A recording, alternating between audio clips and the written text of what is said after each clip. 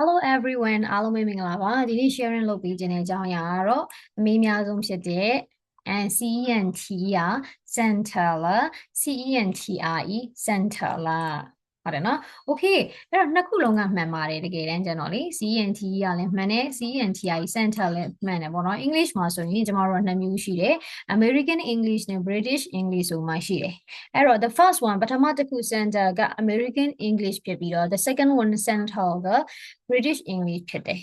okay အဲ့ဆိုတခြား example လေးတွေလည်းရှိသေးတယ်ပေါ့နော်ဥပမာတခြား example လေးတွေကတော့ဒီမှာ American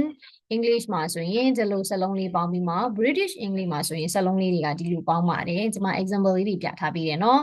meter meter and metre meter okay theater you see and then favorite and color the spelling's a little change ဒီစလုံးပေါင်းလေးတွေကနည်းနည်းလေးတော့ကွဲတယ်ပေါ့နော် okay ဒါဆိုရင်ဒီအခုနောက်ပိုင်းမှာပေါ့နော် Cambridge exam နဲ့အရင်ဖြေကြတယ်ကလေးလေးတွေဆိုရင် status mover flyer ဟုတ်တယ်နော်အဲ့ထက် level တက်သွားပြီဆိုရင် KET PET ဆက်သွားကြတယ်ပေါ့နော်အဲ့တော့ Cambridge exam မှာကို American English ကိုသုံးလား British English ကိုသုံးလား Cambridge မှာသုံးတာက British English ကိုအသုံးပြုထားတာဖြစ်ပါတယ်အဲ့တော့ British English ကိုအသုံးပြုတာဖြစ်တဲ့အတွက်CENTRE METRE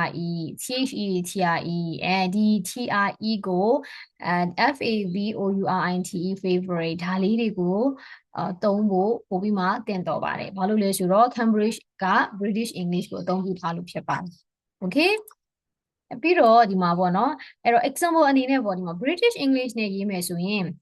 The first sentence, my favorite color is blue. That's why FAVOURITE favorite COLOU color နှစ်မျိုးလုံးက British English နဲ့ရေးထားတာအဲ့တော့ဒီ sentence ကမှန်ပါတယ် okay နောက်တစ်ခုက my favorite color is blue ဒီ second sentence ကကျွန်တော် American English နဲ့ရေးထားတာမှန်ပါတယ်ဟုတ်ပြီနော်အဲ့ဘယ်လိုအခါမျိုးမှာမှားမလဲဆိုတော့ British နဲ့ American ကိုတော့သွားရောရေးလို့မရဘူးပေါ့နော် Okay example at my FAVORITE American English နဲ့ favorite ကိုရေးပြီးမှ color ကိုကျွန်တော် British English နဲ့ရေးတယ်ဒီလိုရေးပုံရေးနေဆိုရင်တော့ကျမတို့ကအမှတ်ပေးလို့မရပါဘူးမှားပါတယ်ပေါ့နော်အဲ့တော့ English မှာလည်းနှစ်မျိုးရှိတဲ့အတွက်အသုံးအနှုန်းလေးတွေပုံမှန်လေ့လာလို့ရတယ်ပေါ့နော်ဥပမာအသီးတွေဆိုရင်လည်းBritish English မှာဘယ်လိုခေါ်လဲ American English မှာဘယ်လိုခေါ်လဲဆိုပြီးမှရှိတယ်ပေါ့နော်တကယ်တမ်းနှစ်မျိုးလုံးကတော့မှန်ပါတယ်